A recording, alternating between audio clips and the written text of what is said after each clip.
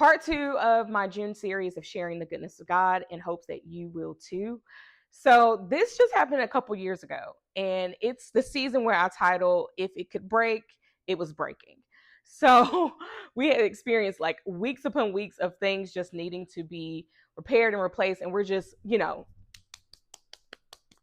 and so this particular day, my husband called me and he said my truck won't start.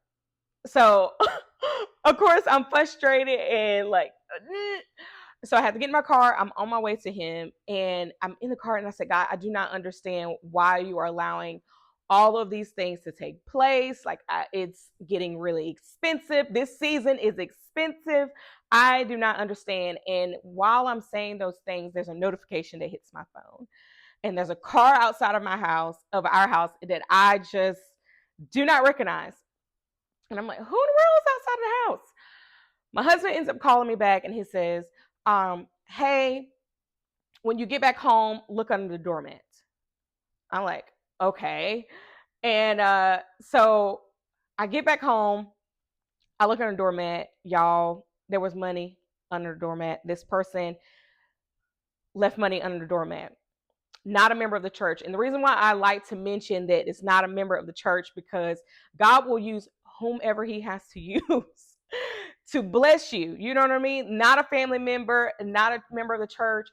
God will put your name in places and on the hearts of people you haven't seen in years, or just someone random you've never met. And so this is what happened. And this individual for the next 6 weeks, twice a week, would leave money under our doormat.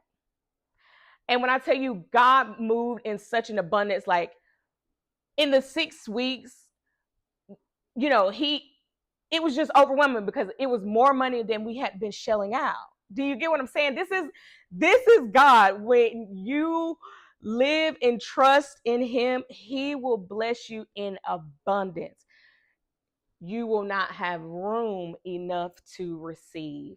So I've been enjoying this part 2 of this series and just being able to share the goodness of God, because there are moments where the seasons that we are in feel very heavy and long and drawn out, that we forget what God has already done previously, who he's shown himself to be. He's been Jehovah Jireh in this sense. He has been the Lord that has provided. And so when we hit another season where we're in need of provision, we should be able to think back. So hopefully you'll share your goodness of God story with us, whether you post it or you are journaling it down at home. Make sure it is in front of your face so that you can let the devil know I've